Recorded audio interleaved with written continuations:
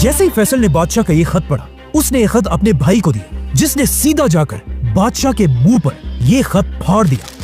اپنی یہ بے عزتی دیکھ کر بادشاہ کو بہت غصہ آیا اور اس نے فوراً اپنی رائل فوج فیصل کو گرفتار کرنے کے لیے اس کے محل کی طرف بھیجی۔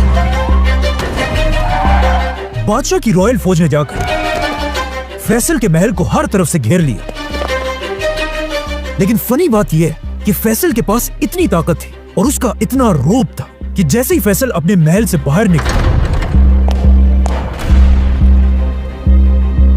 بادشاہ کی فوج کی کام پہ ٹانگنے لگی اور انہوں نے فیصل کو دیکھ کر اسے غلطی سے سلوٹ کر دیا، جسے دیکھ کر فیصل ان گارڈز پر ہنسنے لگا۔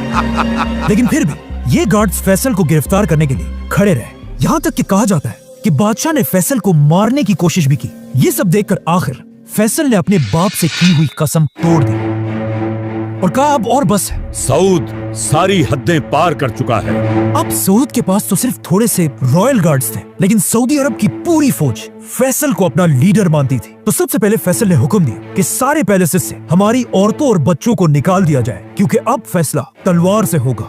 فیصل کے ایک ہی اشارے سے پوری سعودی فوج تیزی سے بادشاہ کے محل کی طرف بڑھنے لگی اور بادشاہ کے محل کو ہر طرف سے گھیر لیا۔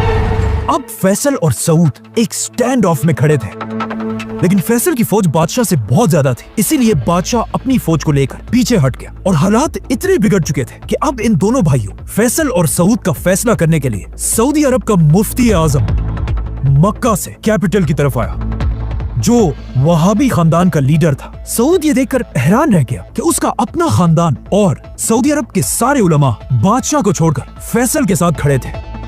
لیکن کیوں؟ آخر کیوں سب بادشاہ کو چھوڑ کر فیصل کے ساتھ کھڑے تھے؟ اس کی دو بڑی ریزنز ہیں۔ ایک تو فیصل آف کورس ایک بہت ہی ذہین اور زبردست لیڈر تھا، لیکن اس کی ایک اور بھی امپورٹنٹ وجہ تھی۔ اس سب سے 200 سال پہلے عرب کے دو بڑے خاندان سعود اور وہابی خاندان نے مل کر پہلی سعودی ریاست بنائی تھی، اور آج تک یہی دو خاندان سعودی عرب کے سب سے پاورفل خاندان تھے، اور فیصل ایسا اکیلا آدمی تھا جو ان دونوں خاندانوں کا شہزادہ تھا، کیونکہ فیصل کا باپ عبدالعزیز سعود خاندان سے تھا اور اس کی ماں طرفہ محمد بن عبد الوہاب کے خاندان سے تھی۔ اسی لیے اب دونوں خاندانوں نے مل کر بادشاہ سعود کے خلاف شہزادے فیصل کو سپورٹ کیا۔ آخر یہ سب دیکھ کر فائنلی سعود اپنے تخت سے ہٹ گیا اور شہزادہ فیصل سعودی عرب کا نیا بادشاہ بنا۔ King Faisal, a desert warrior.